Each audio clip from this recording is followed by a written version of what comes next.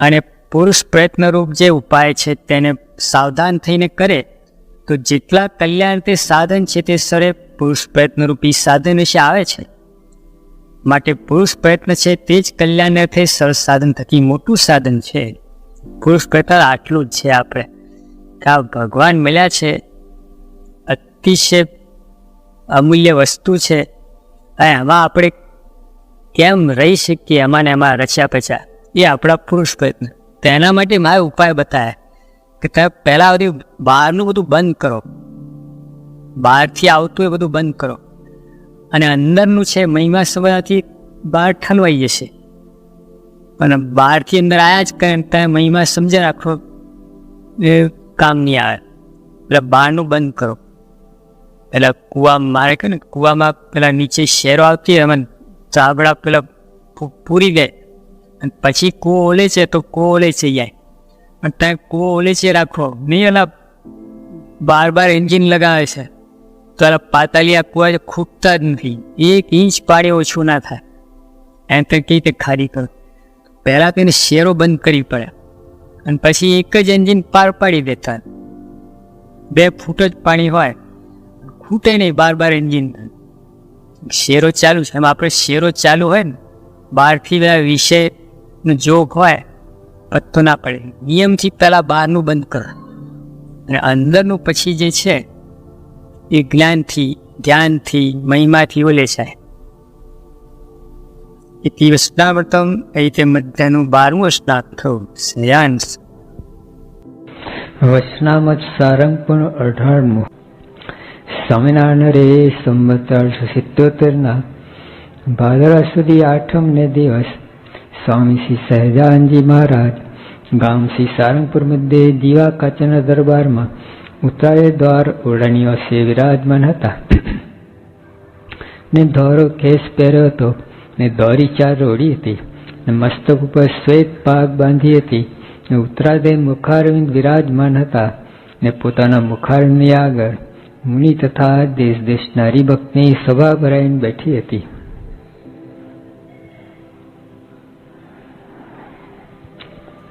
પછી શ્રીજી મહારાજ બોલ્યા, જે શ્રદ્ધાવાન પુરુષ હોય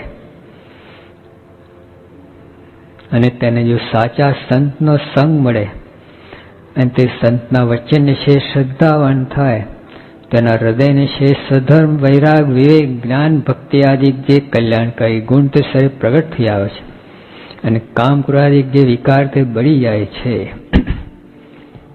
શું કહ્યું? એમ જઠરાગ્નિ તેજ હોય, પછી ગાયનું ઘી મળે, ગાયનું દૂધ, પાવર આવી જાય, મુખ પર તેજ આવી જાય, બધું આવે.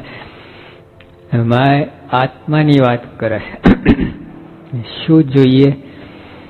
શ્રદ્ધાવાન પુરુષ પહેલા તો જઠરાગ્નિ તેજ જોઈએ. હા,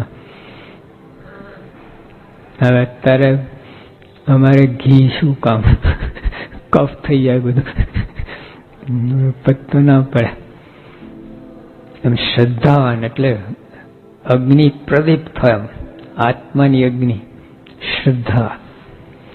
પછી એમાં તેને સાચા સંત સંગ મળે, પ્યોર ગાયનું ઘી મળે, અને તે સંતના વિશે શ્રદ્ધાવાન થાય. હા, જો મળે તો ખરું, ના આ 3 ભેગું નથી થતું. જો ગિરનારમાં પ્રદક્ષિણા કરતા તો દંડવત કરતા કેટલી શ્રદ્ધા કહેવાય, કેટલી શ્રદ્ધા! કઈ ખેલ છે? કારણ કે આમાં આપણે દંડવત કરવા નવરા નથી. બોલો, આવી સપાટ જમીનમાં આમ 5-6 દંડો તો આમાં બહુ થઈ ગયા. અને બોલો તો કાંટા, કાંકરા, ઝાંખરા, ટેકરા, ખાડા બધા દંડવત કરતો, કઈ તે રસ્તો નતો કઈ.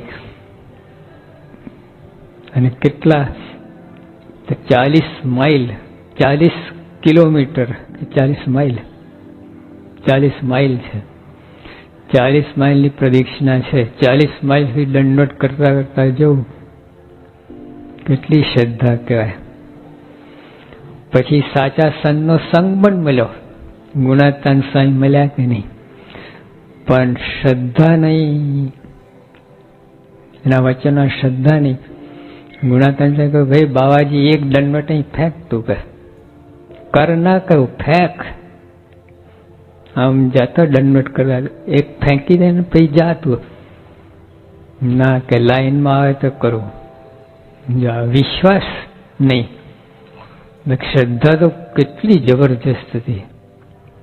ગિરનારની પરિક્ષના દંડવટ ઓછી શ્રદ્ધા કહેવાય. હવે 6 દંડવટ કરતા ઠાકોરજી આગળ ફૂક થઈ જાય, ફૂક હવા નીકળી. કેવું થાય આટલી બધી શ્રદ્ધા. સાચા સન્નો સંગ ગુણાતીત અનંત જન્મથી આ સનનો જોગ નથી થયો. નારદ સંકાલિકનો થયો હશે, ગુણાતીતનો નહીં. કેટલી જોરદાર બે વાત બની ગઈ. એની શ્રદ્ધા જો અને આવા પુરુષ જો પણ રહી ગયા. વચન વિશે શ્રદ્ધા નહીં. આપણને શું છે, સ્વામી મળ્યા છે, આપણી મુમુક્ષુતા છે, વિશ્વાસ છે આપણને, શ્રદ્ધા નથી. એટલે વિદ્યાર્થી હોય ને જાણે કે 90% આવે તો મેડિકલ કોલેજમાં એડમિશન મળે. જો વિશ્વાસ છે ને 90% આવે તો મળે. શ્રદ્ધા નથી. હવે કોણ લાવે 90%? એટલું વાંચીને હવે આવી ગયા તો આવી ગયા, ના આવે તો કાંઈ નહીં. લો આવું થાય. આપણે એવું જ છે. બાપા મળ્યા છે બધું થઈ જશે બસ. લો શ્રદ્ધા નથી, વિશ્વાસ છે. વિશ્વાસ છે અને મુમુક્ષુતા છે પણ શ્રદ્ધા નથી. શું ઉતાર છે હવે થશે. હવે બહુ આપણે આ મારી વાત બહુ થાય. આવી મારે કહ્યું ને બધાને બોલાયા, ચલો આવી જાઓ બધા મોટા મોટા. મારા કે વાત ના કરનારા શું કરે છે? હા, વાત ના કરનારા મારી વાત કરે. કામ તો થતું હશે, આમ થતું હશે. આપણું કામ ને તો પ્રમુખ સાહેબ યોગી આપવાનું કામ. લે તો શું કામ આવ્યા છે? જો આપણું કામ નથી આવે શું કામ? તો જો આ એક દૂર કરવાની વાત છે. છૂટકો જ નથી. શ્રદ્ધાના કાંઈ થવાનું જ નથી. તમે ગમે એટલું કરો ને શ્રદ્ધા ના હોય તો કામ ના થાય. આવા પુરુષ મળ્યા, ભગવાન મળ્યા તો શ્રદ્ધા ના હોય તો કંઈ ના થાય. મળ્યા ના મળ્યા તો હરખું બધું. કંઈક તો એટલે કરો. આપણે એમ નથી કહેતા 100% શ્રદ્ધા. થોડુંક તો જરાક શરીરને ઘસો. હું આમ દેહાયમાન પોષીને બેઠા છે. દેહના કીડા થઈ ગયા છે. એની પાસે કામ લેવાનું છે, એનું પોષણ નથી કરવાનું.